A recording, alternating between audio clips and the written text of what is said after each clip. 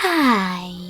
In front of me is OPPO A1 and today I would like to show you how you can switch on or off location of this device.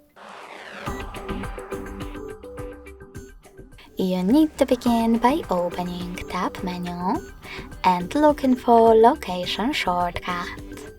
When you find it, click on it. In this pop-up, in order to disable location, select Close. And now when I go back, as you can see, the location of my OPPO is off. If you wish to switch it back on, click on the same shortcut again. You can also go into Devices Settings and look for Location section here. Then click on it and manage it by tapping on this switcher at the top.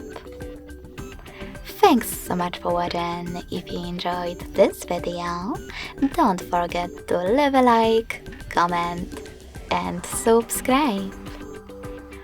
Bye!